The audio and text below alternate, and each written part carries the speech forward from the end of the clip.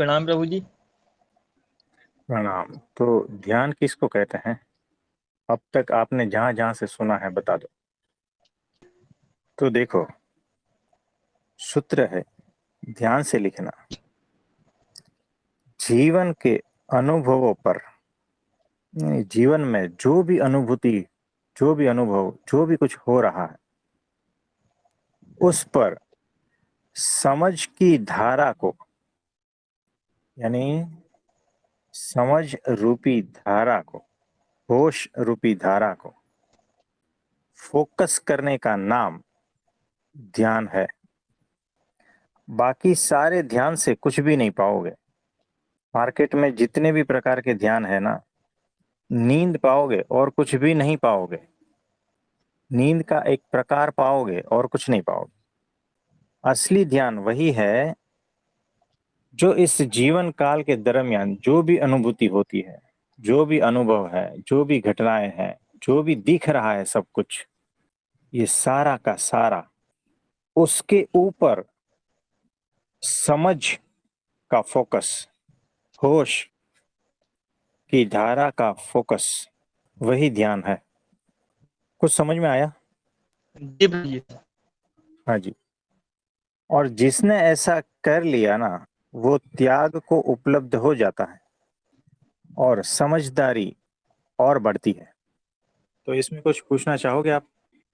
नहीं प्रभु जी, ये तो आपने बताया प्रभु जी, समझ में आया बहुत अच्छे से।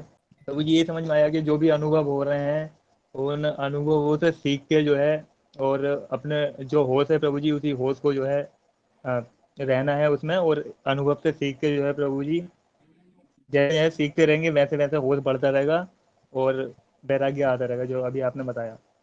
हाँ, वो साइकिल है। ध्यान से आप कुछ ऐसा पाते हो जिसकी वजह से आपके दोष मिट जाते हैं। वही ध्यान असली ध्यान है। जिस ध्यान में उतरने के बाद आपके दोष हट जाते हैं, आपके दोष वैसे ही रहेंगे और आप नींद में चले जाते हो, उसको ध्यान नहीं कहते हैं, है ना? गाइडेड मेडिटेशन, वो मेडिटेशन, वैसा मेडिटेशन, फला फला, बहुत सारे प्रकार के ध्यान है। उसमें आप करते क्या हो? अलग अलग भांति भांति की कल्पनाएं करते हो।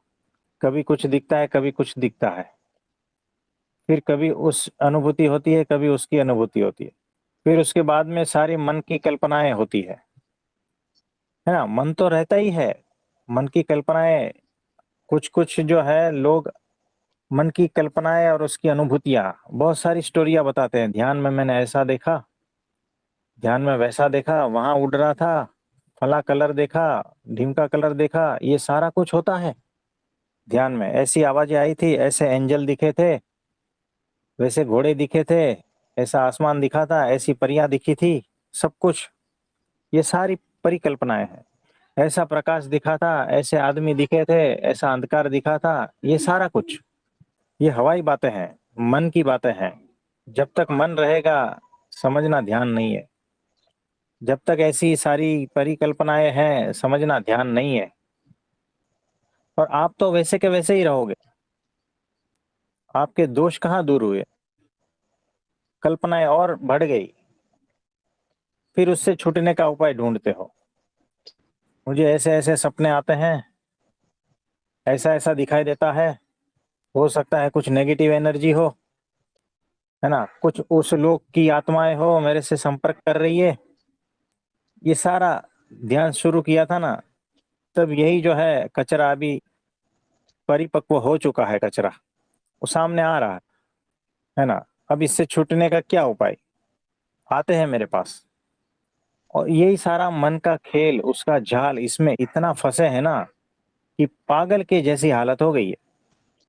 तो हमें बोलना पड़ता है कि साइकाट्रिस्ट को दिखा दो, है ना, मानसिक रोगी के डॉक्टर को दिखा दो, तो थोड़ा शांत हो जाओगे। ये होता है, ध्यान करने वाले ऐसे इसी तरह से भटकते हैं। और ऐसी बहुत सारी दुकानें हैं। आपके दोष निकलते नहीं है, आपका अहंकार पिघलता नहीं है, सूक्ष्म रूप में ज्ञान का रूप ले लेता है। आपका अहंकार जो है ना, अब ज्ञान का रूप ले लेता है, ज्ञान बांटने चलता है। ध्यान के बाद अहंकार और बड़ा हो जाता है। और वो सूक्ष्म अहंकार ऐसा हो जाता है कि उसे ही सब कुछ पता है और किसी को कुछ भी पता नहीं, ऐसा हो जाता है। ध्यान के बाद समर्पण नहीं घटता, ध्यान के बाद समर्पण आना चाहिए, तब समझना कि ध्यान सही है।